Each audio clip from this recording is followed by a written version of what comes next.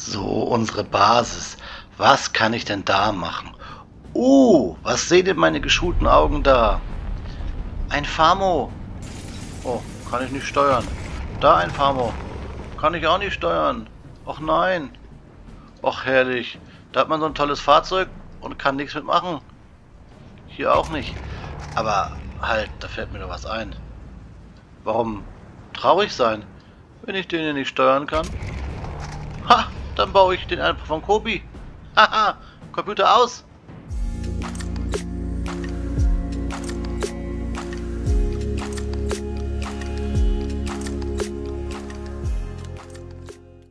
Willkommen in der Nordenklötzchen-Scheune.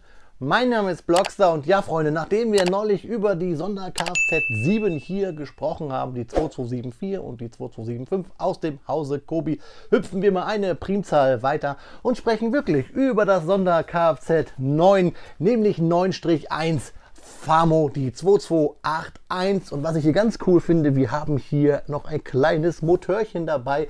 Ideal für alle, die so ein paar Schauszenen bauen. Man sagt ja im umgangssprachlichen Raum Dioramen, wobei Dioramen ist immer was mit gemaltem Hintergrund.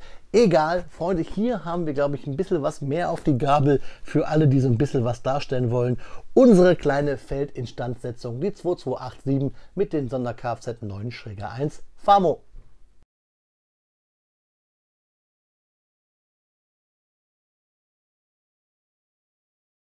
Ja Freunde, da haben wir das Kobi-Set 2281, unser Sonder-Kfz 9-1 Famo auf den Bautisch, natürlich aus der Historical Collection, da es sich um ein Fahrzeug aus dem Zweiten Weltkrieg handelt. 498 Steinchen und eine Minifigur, hier haben wir sie ölverschmiert, nämlich hier unser Sonder-Kfz mit Kranaufbau, dafür die Schräger 1. Wir sehen auch hier schon, kleiner Spoiler für die Fakten, da wartet ein Tiger, warum, weshalb, wieso, das hört ihr gleich. Maßstab 1:35 ist klar. Schauen wir uns die Rückseite an. Da sehen wir die Fakten, die bekommt ihr gleich. Das Fahrzeug ist 21,5 cm lang und 10,5 cm hoch und wir können den Kran sogar bespielen. Da ist der Mechaniker, da ist ein Motor und hier ein Originalbild. Aber viel wichtiger ist ja auch, was verbirgt sich hier im Karton noch? Ja Freunde, da haben wir den Inhalt mal aus dem Karton gezaubert. Tüte 1, Tüte 2, natürlich schöne Kobi-Steine, wieder viel Plastik. Das mag ich immer nicht, so dieses Aufschneiden, dass so viel Plastikmüll anfällt. Viel Tan und natürlich hier die kleinen Kettenknüpfen. Das macht besonders viel Spaß.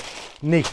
Die Anleitung, Klammer gebunden, das gleiche Design wie der Karton, nur dass hier das Hintergrundbild weggelassen wurde, das nordafrikanische fehlt. Die Anleitung ist gedruckt in der EU und natürlich ist alles hier, was wir am Fahrzeug haben, auch gedruckt. Keine Aufkleber. Setnummer ist klar, Teileanzahl ist klar, ab 8 Jahren, traurige Zwiebel, Captain Planet, ein Mann der Blitze schießt, ein Pfeilemonster und so weiter. Maßstab 1:35 ist klar. Klammer gebunden habe ich euch gesagt, DIN A4. Wir brauchen erst die Tüte 1. Da befinden sich alle weiteren Bausteps. Kobi-Anleitungen haben nämlich keine Seitenzahlen, sondern Bausteps. Hier fangen sie an, 1 bis, schauen wir uns gleich an. Was wir bauen ist farbig. Hier oben haben wir eine Legende, damit wir wissen, hier das kurze Seil, da das lange Seil. Jeder Schritt, den wir haben, ist halt der farbige, der davor ist halt so ausgegraut. Pfeile weisen uns den Weg. Fertig sind wir dann mit dem Bauschritt 105. Beziehungsweise eigentlich müssen wir hier dann noch die Figur zusammenbauen. Die letzten Seiten sind immer die mit der Teileübersicht, der Teileanzahl. Wenn euch welche fehlen, könnt ihr es kontrollieren. Hier findet ihr den Link, wo ihr monieren könnt. Und hier, Freunde, ein bisschen Werbung und die Karte für Kobis Tabletop Game. Mag ich nicht, weil man müsste die Anleitung zerschneiden. Ihr kennt das. Wenn ihr spielen wollt, kopiert sie euch, schneidet sie euch dann aus und dann könnt ihr das Spiel zocken. Irgendwann machen wir das mal hier als Live-Event auf meinem Kanal, verspreche ich euch. Aber Freunde, was ich euch jetzt verspreche, hier auch noch mal ein bisschen Werbung, was ich euch verspreche ist, dass ich jetzt viel Bauspaß habe und ich wette, ihr habt viel Spaß bei den Fakten, meine Freunde.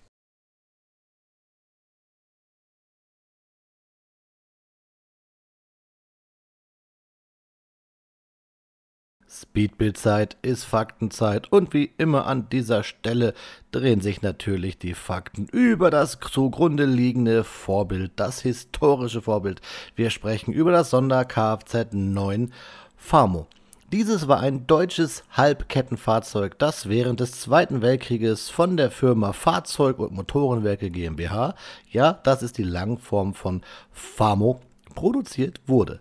Es wurde hauptsächlich als Zugfahrzeug für schwere Artillerie und Panzer eingesetzt und galt als eines der leistungsstärksten Fahrzeuge seiner Zeit.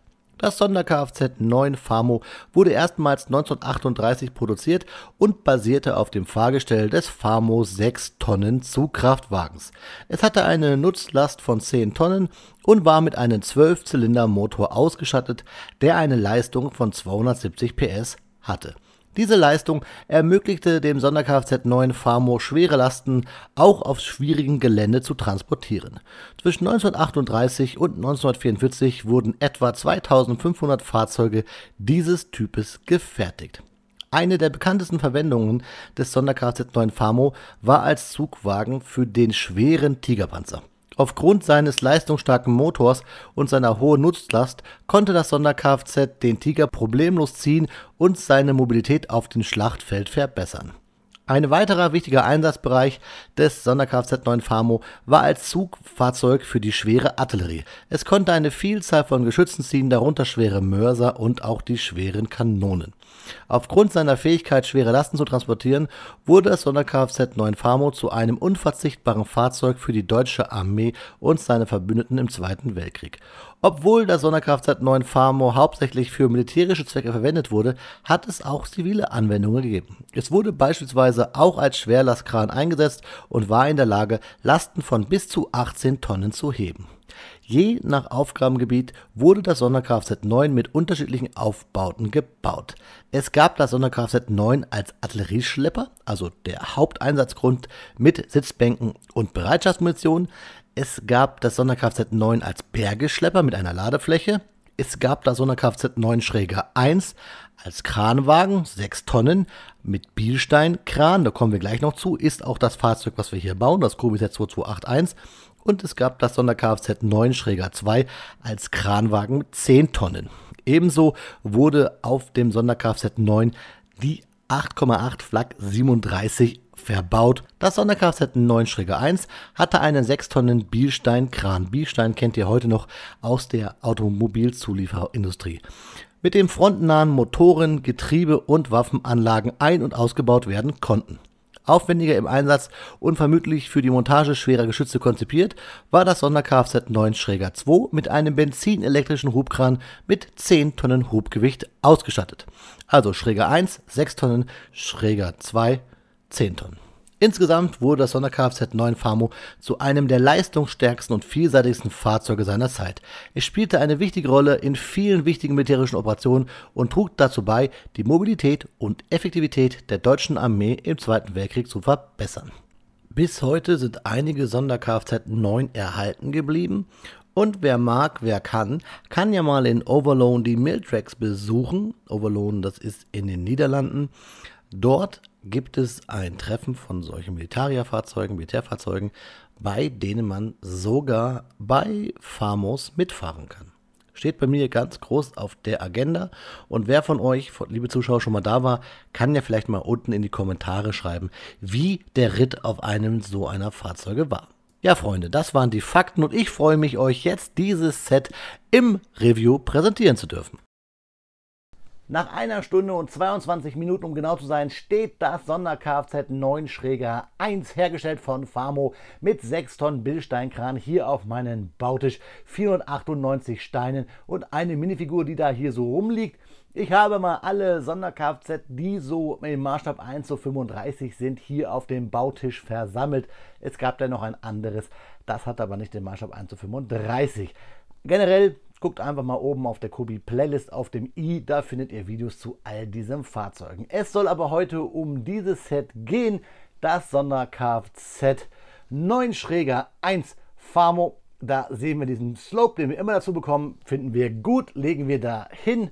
Gucken wir uns wie immer die Minifigur an. Ihr bekommt sie in groß wieder auf der Seite angezeigt. Wir sehen hier ganz lustig, dass die Figur, der Herr, hier etwas Öl im Gesicht hat. Wir sehen wieder hier angedeutet, ihr seht es im Licht-Schattenspiel, Sixpack, aber wir sehen auch eine schöne Uniform. Ganz cool auch wieder hier diese Nougatfarbene Hose mit den schwarzen Schuhen, die man jetzt immer so schön selber zusammenbauen darf. Und hier eine Kneifzange sowie ja, eine Feldmütze M 43 müsste das sein. Ja, ihr habt die Figur, wie gesagt, digital nochmal rechts daneben in groß gesehen und hier hinten dieser Y-Riemen. Schauen wir uns das Fahrzeug an. Und ich muss sagen, wenn ich es jetzt hier so stehen sehe, ist es eines, was mir mit am besten gefällt. Hier ist die Phoenix-Flagge zu groß. Hier wirkt das Fahrzeug generell zu klein. Gut, das hier hinten spielt noch in einer anderen Liga, wenn da war der Maßstab noch gar nicht so richtig klar. Und hier das 7er mit den vielen Sitzplätzen, wo die Figuren eigentlich gar nicht reinpassen. Da sticht es auch so ein bisschen heraus. Hier irgendwie gefällt es mir mit am besten. Denn wir haben hier keine Kanone, wir haben einen schönen Kran. Ich durfte, ihr habt es im Video gesehen, schön Faden einfädeln, der so schön ölig war. Deswegen habe ich ihn gar nicht durch die Öffnung bekommen. Es ist immer so schwierig, ihr wisst das mit den Öffnungen. Aber wir können den Motor dranhängen, wir können so viele Art und Weisen hier Dioramen mitbauen, das gefällt mir richtig gut. Wir haben verdammt viele Drucke hier, ich zeige es euch gleich im Detail. Und wir haben sogar noch einen Motor on top und ein bisschen Steine, die übrig waren, gibt es auch. Und ich finde sogar relativ viel für ein Kobi-Set der letzten Zeit. Kettenknüpfen, naja, ihr wisst es. Was ich euch zeigen möchte, ist generell, dass ich finde, dass diese Stützen viel zu groß sind. Beim Original gab es hier hinten so Kästen, die sind hier so leicht angedeutet und da waren die Stützen drin versenkt. Da waren diese, Teller hier unten nicht so groß, ist aber auch wahrscheinlich einfach der Stabilität geschuldet, beziehungsweise wie hätte es Kobi anders machen sollen. Kleiner würde wahrscheinlich gar nicht aussehen und wahrscheinlich auch bautechnisch gar nicht anders zu machen. Jetzt nicht viel schnacken, ich zeige euch das Fahrzeug. So wie es da steht. Wie immer bekommt ihr aber sowieso gleich hier nach meiner Besprechung noch einmal ein paar Detailfotos. Hier die Stützen, die wir hier mit diesen typischen Kobi, ja ich nenne sie jetzt auch mal Hinges, ranbauen. Das Problem ist halt, wenn man sie so zusammen hochklappen würde, so wahnsinnig im Einsatz. Man hätte sie einfach so hoch und dann hier reingesteckt. Der Kasten hier war hinten viel größer. Da, meine ich, waren die Stützen versenkt. So würden wir es halt, also das sieht nicht aus. Ich mache mal den Kran hier kurz zur Seite. Also so würde das Fahrzeug bei uns zivil, oder nicht zivil, aber in Marschbereitschaft sein hier, wenn das Kobi-Fahrzeug so original wäre. Und das sieht natürlich absolut nicht aus. Also denke ich mal, wie bei vielen, würde es auf einem Diorama stehen, beziehungsweise auf einem Schaubild. Diorama ist es ja immer nur, wenn der Hintergrund bemalt ist, wenn da eine Pappe steht oder so. Also bei irgendeinem kleinen Mock einer Landschaft angebauten würde stehen mit diesen Stützen unten. Ja, das sind diese Teller, diese dünnen Fliesen. Da dieser Kobi-Hinge, da dieser Kobi-Hinge mit diesen Paneelen, würde ich sagen. Oder Pleuel. Sieht ein bisschen aus wie Pleuelstangen, finde ich immer. Ja, ganz toll hier die vielen Drucke an der Motorhaube, hier vorne auch. Vor allem auch da oben gelbe Scheinwerfer, also es könnte auch ein französisches Fahrzeug sein. Und natürlich diese coole bedruckte Windsscheibe, die uns so erahnen lässt, dass die quasi zweigeteilt wäre. Wir haben ja diese bedruckten Windschutzscheiben ja eh schon bei diesen ganzen anderen Fahrzeugen hier, der Sonderkfz-Serie, sage ich mal, von Kobi. Das ist richtig cool. Bauweise von unten auch, ja, fast gleich. Richtig cool hier hinten mit diesem neuen Kobi Lochteil. Brick Modified mit Loch, keine Ahnung. Und auch ein Bolzen durch. Das wirkt irgendwie realistischer. Fahrwerk kennen wir schon. Wie gesagt, ich lege euch da so ein bisschen die Videos der anderen Fahrzeuge ans Herz. Läuft aber ganz gut, kann ich euch zeigen. Also Fahrtest hier richtig gut. Und das auf meinen Bautisch hier, der mit Filz belegt ist, der eh immer so ein bisschen frisst. Also Geschwindigkeit, deswegen läuft es richtig gut. Was ich auch richtig cool finde, ist von innen hier schön zwei Sitze, da können wir auch die Figuren reinpacken. Wir haben ein schönes Lenkrad, wir haben einen ziemlich dicken Schaltknopf, wo Kobi draufsteht, jetzt verkehrt darum. Und wir haben hier angedeutet, wir haben halt hier so eine Stütze für den Kran irgendwie angedeutet. Ein bisschen schief sieht es aus, aber es gefällt mir. Wir haben hier eine Kiste, wir haben da was zum Reinlegen, wo wahrscheinlich die Zange rein könnte und wir haben den Kran per se. Am Kran hängt ein Motor, den ich einmal gebaut habe und wieder auseinanderbauen musste. Ihr habt es im Video wahrscheinlich gesehen. Aber schön ist, der hat diese Kobi neuen Chrom-Metallic-Teile. Also er sieht richtig gut aus und hat auch hier diese Metallic-Bolzen, diese Schrauben, diese Muttern. Das gefällt mir richtig gut. Passt perfekt in die Etappe eures DAK Mocks. Also das finde ich richtig gut. Haben wir zweimal was auf der Gabel. Dann der Kran. Ich habe es euch gesagt, dieses Einfädeln mit diesen ölgetränkten Fäden, das hat überhaupt keinen Bock gemacht. So. Und ja, auch hier, da habe ich mich dann verknotet, aber er funktioniert. Also wir können hier ihn so ablassen.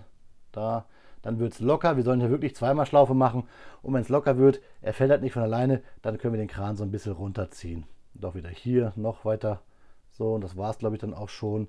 Also so richtig runterlassen kann ich ihn gar nicht. Da bräuchte man vielleicht längeren Bindfaden. Ach halt doch, ist noch was. Da geht noch was, Freunde, da geht noch was. Seht ihr? Ich sage ja so, zack. Dann hier Doppelschlaufe und ziehen wir mal so ein bisschen. Ja, also richtig vom Boden aufheben. Ja, klappt nicht. Ihr seht, es geht wieder hoch. Also da sind die Bindfäden zu kurz wahrscheinlich. Oder ich habe einen Knoten zu groß gemacht. Könnt ihr ja mal gerne in die Kommentare schreiben, wenn ihr, seht ihr da, so, ne, da fehlt ein bisschen was. Wenn ihr das Fahrzeug auch gebaut habt und bei euch die Bindfäden die Länge gepasst hat. Wie gesagt, es ist aber so ein Regalding, so ein Teil, was man auf ein Diorama baut. Jetzt habe ich schon wieder Diorama gesagt, auf ein Schaubild, auf ein Mock. Da ist es dann egal. So wird es dann sein. Jetzt seht ihr wieder hier die Schlaufe. Jetzt muss man es hier wieder ein bisschen drehen, so, damit es ja auf Spannung geht. Und dann hier unten auch nochmal gegendrehen. Und das Blöde ist bei diesem Drehding, es hängt immer nur hier auf einer C-Clamp. Seht ihr das? Nur auf einer. Also nicht, wie wir es von anderen Herstellern kennen, dass man auf beiden Seiten oder dass es irgendwie integriert ist. Nein, man muss das hier so. Und mit einer Hand geht das gar nicht so gut. Ich mache es jetzt mal hier gerade so, damit ich hier einigermaßen das aufrolle. Und dann wird es auch wieder etwas, ja, spackiger. Aber naja, so richtig runterkommen tue ich nicht. Und generell bei diesen Stangen, da bin ich auch kein Fan von bei Kobi. Man muss da immer aufpassen, dass alles gerade ist. Ne? Und wenn man jetzt nicht so Fingerspitzengefühl hat, ja, dann wird das nichts. Ihr seht ja hier nochmal, so würde es im Marschbereitschaft aussehen. Und das sieht blöd aus. Sieht aus wie eine Katze mit viel zu großen Tatzen. Trotzdem finde ich es persönlich ganz cool, weil so stellt es keiner ins Regal. Es stellt ja wahrscheinlich jeder so ins Regal. Und zur Not, ja, vielleicht kann man es doch nochmal umbauen, ich weiß es nicht. Also, dadurch, dass es eine tolle Geschichte gab, dass es halt hier, ja wirklich, ihr habt es mal Fakten gehört, es gab es auch zivil, müsst ihr mal bei YouTube gucken, da gibt es Videos von diesen Fahrzeugen, wie sie in der Zivilwirtschaft eingesetzt wurden. Und halt, dass es ein Bielstein-Kran ist, finde ich das Fahrzeug einfach faszinierend und gehört halt auch irgendwie in diese Serie. Generell Sonderkfz, da kann Kobi sich ja aus einem großen Portfolio bedienen. Da gibt es ja so viele Aufbauten, so viele Möglichkeiten. Da sind die schon auf dem richtigen Weg. Maßstab kann man sich drüber streiten. Ja, mehr kann ich auch gar nicht sagen, außer es hat mir Spaß gemacht. Ich finde hier noch diese ja, nicht vorhandenen Türen ganz cool, so schnell außen einsteigen. Es hat mir richtig Spaß gemacht, der Bau.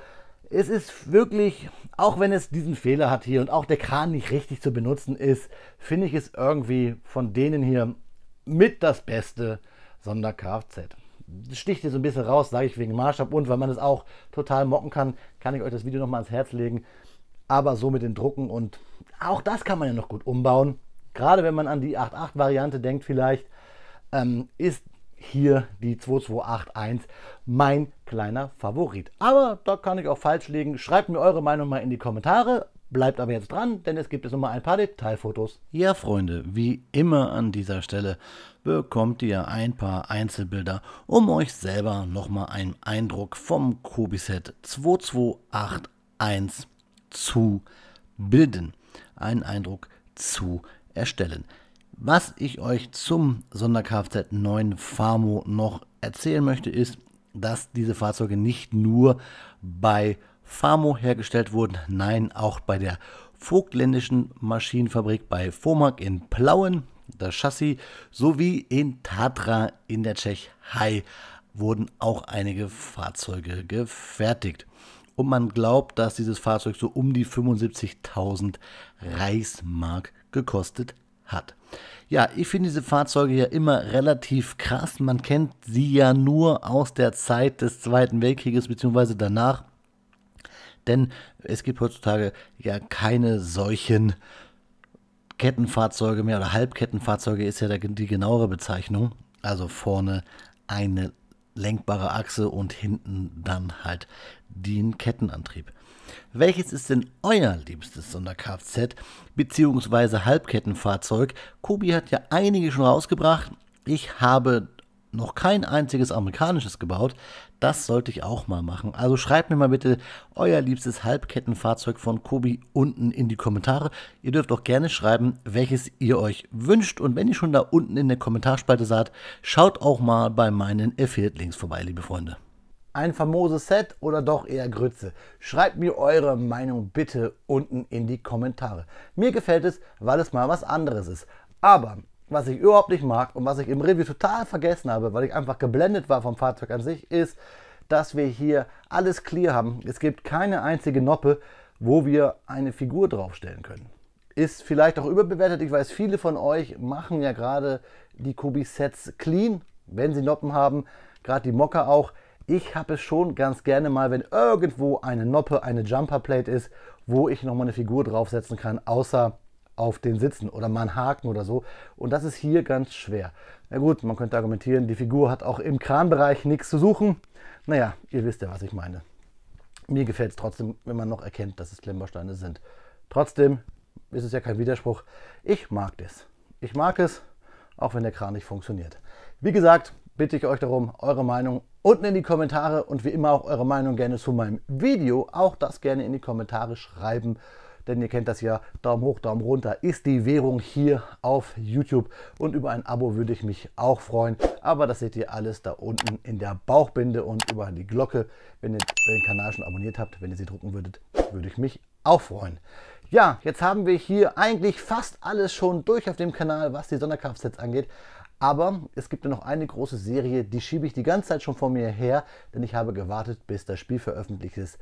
Company of Heroes 3. Demnächst hier auf meinem Kanal. Ihr habt es am Intro schon gesehen. Ich freue mich richtig drauf. Freut ihr euch auch? In diesem Sinne, auf Wiederbauen, euer Freund, der Blockstar.